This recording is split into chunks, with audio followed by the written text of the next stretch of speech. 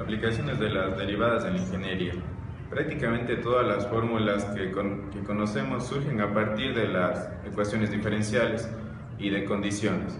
En ingeniería se ocupan para analizar cuestiones técnicas de cada rama que estudiemos, por ejemplo, en electrónica con la ley de Ohm, en química con las leyes de los gases ideales, en mecánica se ocupan para calcular inercias, velocidades, aceleraciones y por lo tanto también fuerzas internas y externas que actúan en un mecanismo.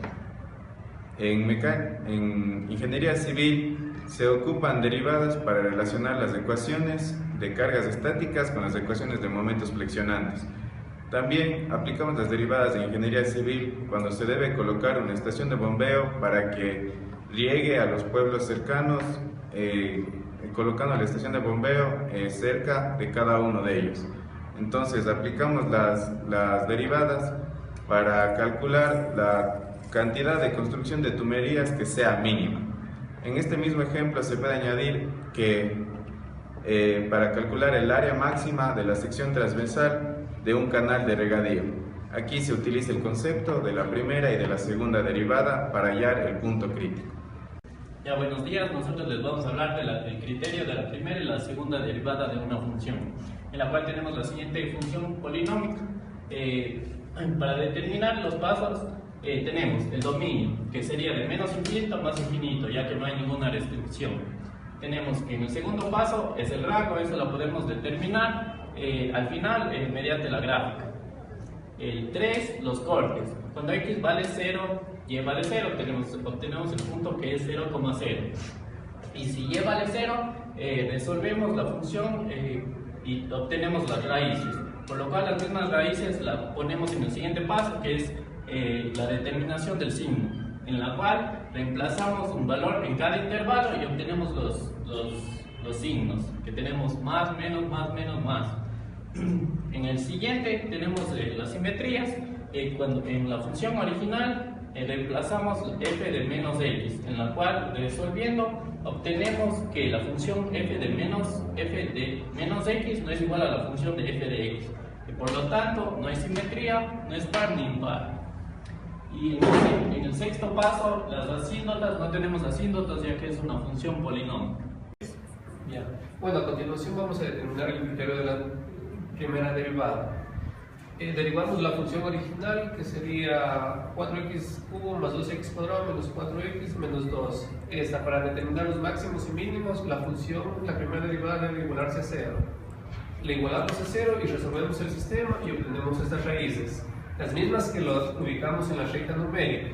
Posteriormente, obtenemos un valor cercano a las raíces y reemplazamos en la primera derivada. Si este valor es negativo, la función es decreciente, como lo vemos aquí. Ahora, para determinar los máximos y mínimos, vemos que en menos 1 tenemos un máximo. Entonces, este menos 1 reemplazamos en la función original y obtenemos un valor de 7. Para los mínimos, tenemos en menos 3 y menos 1. Reemplazamos en la función original y obtenemos los valores de menos 9. Ahora, para ver si es creciente o decreciente, vamos a la gráfica y vemos que es creciente desde menos 3 a menos 1. Menos 3 a menos 1, unión con 1 más infinito. 1 más infinito. Y es decreciente desde menos infinito a menos 3, unión con menos 1 a 1. Vamos a determinar el criterio de la segunda derivada. Derivamos nuevamente la función anterior y obtenemos la segunda derivada. Esta la igualamos a 0 y resolvemos el sistema. Las raíces nos van a salir dos raíces porque es grado 2. Mismos valores que reemplazamos en la recta numérica. Y aquí cogemos un valor cercano a las raíces.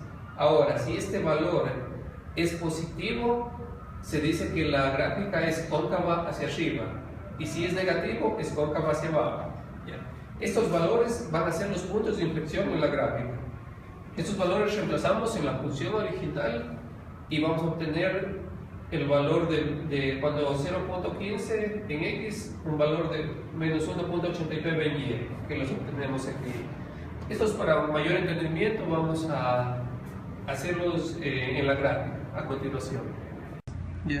A continuación graficamos la función original y la derivada de la primera de la función para ver sus diferencias que hay y qué podemos concluir.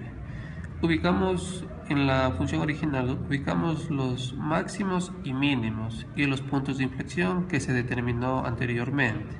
Ahora, con la gráfica de la primera derivada, podemos concluir que cuando hay un máximo y hay un mínimo, y si le trazamos una recta hacia la segunda derivada, vemos que no es nada más que la abscisa x son las raíces de la función. Y en cambio, cuando hay un punto de inflexión, sería igualmente trazamos una línea recta hacia la gráfica de la primera derivada y nos damos cuenta que cuando hay un punto de inflexión existe un máximo. Y en el caso del otro, un punto de inflexión y existe un mínimo.